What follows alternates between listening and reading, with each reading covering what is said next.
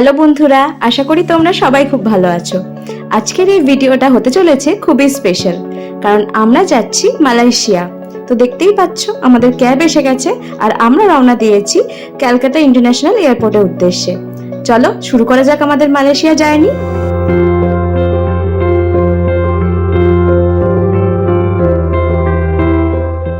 International ফ্লাইটের ক্ষেত্রে সাধারণত 4 ঘন্টা আগে পৌঁছানোর পরামর্শ দেওয়া হয়, তবে সবকিছু ঠিক থাকলে 3 ঘন্টা আগেও পৌঁছানো যায়। আমাদের এই মালয়েশিয়া ট্রিপে দুজনের রাউন্ড ট্রিপ এয়ার টিকিট পড়েছিল প্রায় 36,000 টাকা। আমরা ট্রাভেল করেছি এয়ার এশিয়ায়, তবে সিজন অনুযায়ী মালয়েশিয়ার টিকিটের দাম ওঠাপড়া করে। আপনারা স্কাই স্ক্যানার দিয়ে অনায়াসেই মালয়েশিয়ার টিকিট বুক করতে পারেন। এখন ভারতীয়দের জন্য মালয়েশিয়ায় ভিসা ফ্রি এন্ট্রি, তবে ভ্রমণের অন্তত 3 দিন আগে অনলাইনে একটি Malaysia digital arrival card fill up করে নিতে হয়। মালয়েশিয়ার ইমিগ্রেশনে সাধারণত জানতে চাওয়া হয় কোন উদ্দেশ্যে ভিজিট করছেন।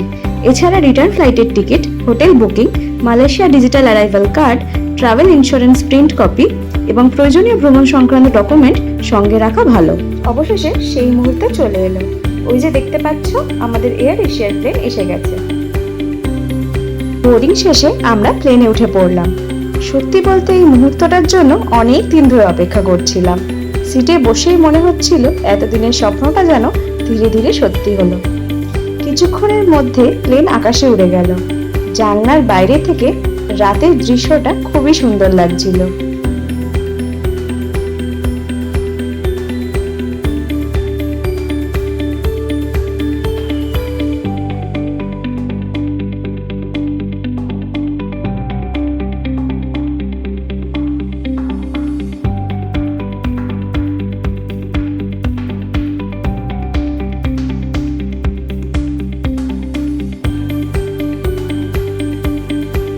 প্রায় 4 ঘন্টা জার্নির পর আমরা পৌঁছে গেলাম মালয়েশিয়ার কুয়ালালামপুর ইন্টারন্যাশনাল এয়ারপোর্টে।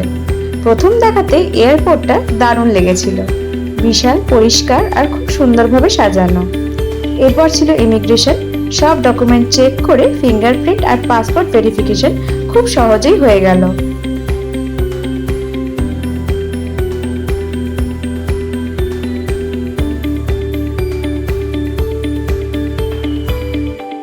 এবার ছিল আমাদের লাগেজ নেওয়ার পালা, তাই আমরা চলে এলাম ব্যাগেজ বেল্টের কাছে। কয়েক মিনিট অপেক্ষা করার পর অবশেষে আমাদের লাগেজও পেয়ে গেলাম। এর ঠিক উল্টো দিকেই ছিল ডিউটি ফ্রি শপ, যেখানে নানা ধরনের পারফিউম, চকলেট, কসমেটিক্স সহ আরো অনেক কিছু পাওয়া যাচ্ছিল। অবশেষে আমরা রওনা দিলাম এয়ারপোর্টের এক্সিটের দিকে।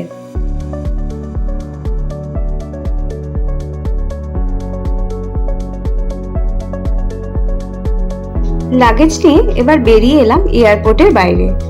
বাইরে এসে প্রথমে যে জিনিসটা চোখে পড়লো সেটা হলো চারপাশের পরিষ্কার পরিচ্ছন্নতা আর সুন্দর ব্যবস্থাপনা।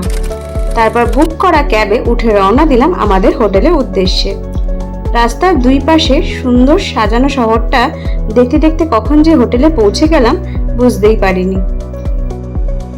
আমাদের দেশের ওলা উবেরের মতো মালয়েশিয়ায় গ্র্যাব, বোল্ট এই দুটো অ্যাপ ক্যাব খুবই জনপ্রিয়।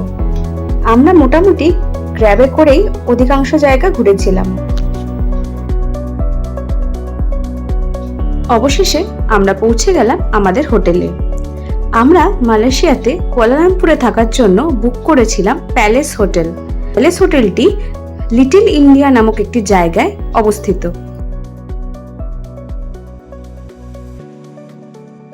এই ভিডিওতে এইটুকুই।